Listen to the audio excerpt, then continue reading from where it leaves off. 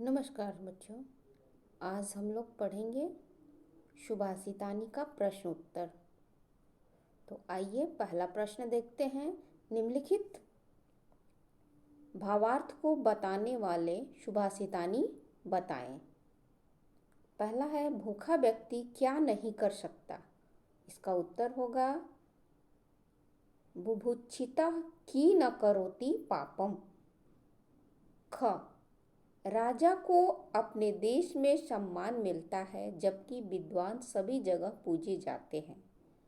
उत्तर होगा स्वदेशी पूज्यते राजा विद्वान सर्वत्र पूजते। ग, उदाहरण, उदार विचार वालों के लिए संसार ही कुटुंब है। उत्तर, उदार चरितानाम तु वसुदेव कुटुंबकम। घ, अपने से विपरीत आचरण दूसरों के लिए न करें। इसका उत्तर होगा आत्मनः प्रतिकूलानि न परेषां समाचरेत। अंग, आचरण के बिना ज्ञान व्यर्थ है। उत्तर, ज्ञानम भार क्रिया बिना। च, महान व्यक्ति सदा एक सा रहता है। उत्तर, संपत्तो च विपत्तो च महतामेक रूपता। 6, सज्जनों की संपत्ति दूसरे के उपकार के लिए होती है। उत्तर, परोपकाराय शताम विभूतया। प्रश्न दूसरा है, निम्नलिखित शब्दों के अर्थ बताएं। इसमें कुछ शब्द दिया गया है, इसका अर्थ बताना है। तो परोपकाराय का अर्थ होगा दूसरों की भलाई। कुटुंबकम अर्थात परिवार।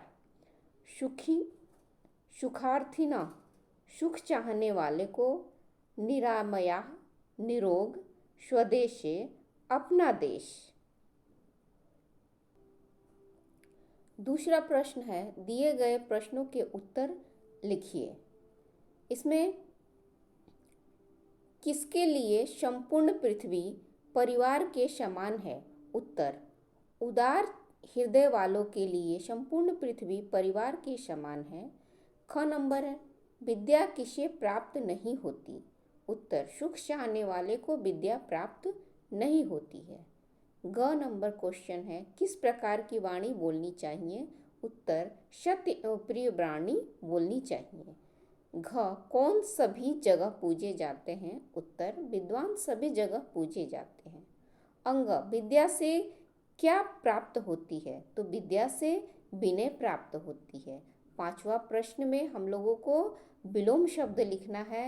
तो इसमें मैंने विलोम शब्द लिख दिया है सत्यम, सत्यम का असत्यम, प्रियम अप्रियम, सुखम दुखम, विद्वान मूर्ख, ज्ञानम अज्ञानम, पापम पुण्यम, आत्मना परात्मना। छठा प्रश्न है, रिक्त स्थानों को भरे। इसमें रिक्त स्थान दिया हुआ है जिसे मैंने भर दिया है।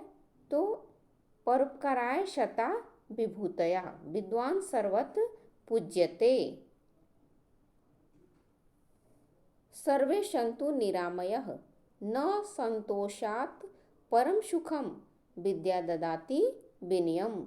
7 नंबर प्रश्न है, निम्नलिखित शब्दों को सुमेल करना है। तो इसे मैंने सुमेल कर दिया है। परोपकाराय शता विभूतया, उदार चरितानाम तु वसुदेव कुटुंबकम, स्वदेशे पूज्यते राजा, बुभुक्षितः की न करोति पापम, विद्या ददाति विनयम। 8वां प्रश्न है, निम्नांकित शब्दों से वाक्य बनाए। तो राजा विद्वान स्वदेशी सुखी न विद्या।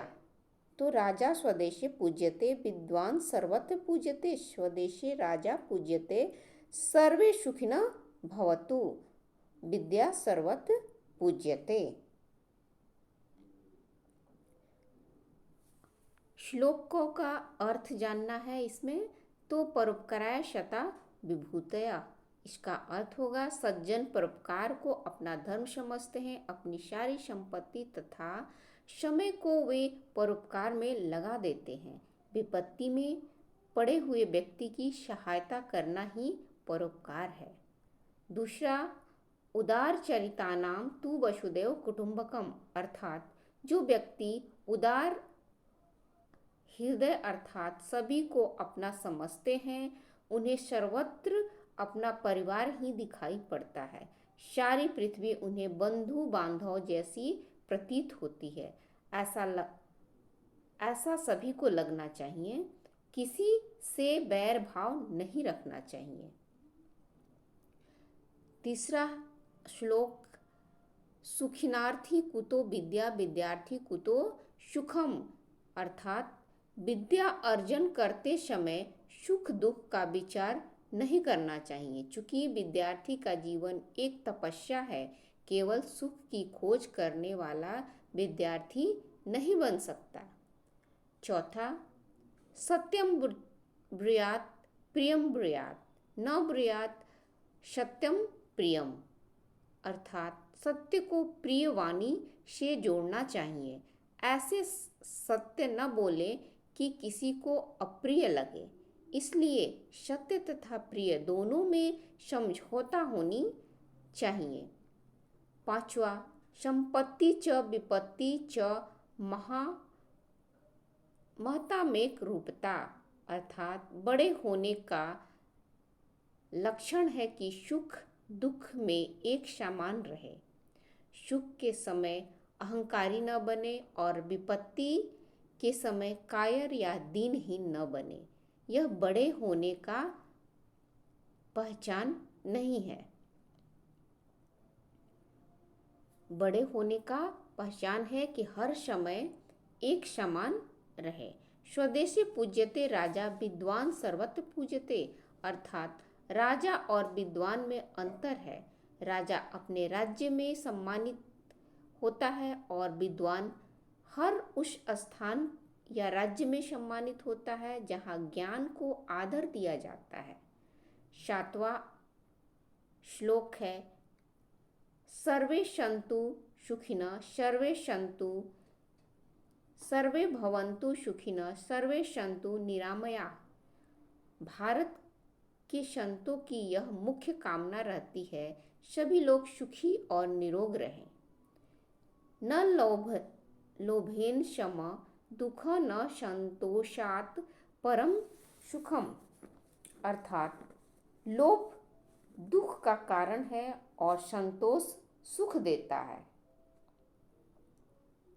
नवा, आत्मना प्रतिकूलानि न परेशान समाचरेत्, जो बात हमें कष्टकारक लगती है वह दूसरों को भी उतनी ही कष्टकारक लगती है, इसलिए ऐसी बात किसी के प्रति न करें जो कष्टकारी हो।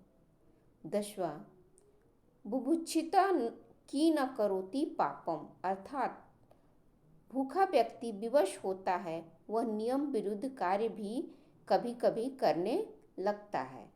इससे उसकी परिस्थिति का दोष है, उसका अपना दोष नहीं है।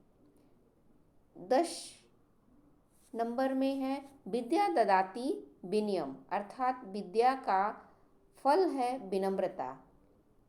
सच्चा विद्वान वही है जो विनम्र हो। उद्दंडता विद्वान का लक्षण नहीं है।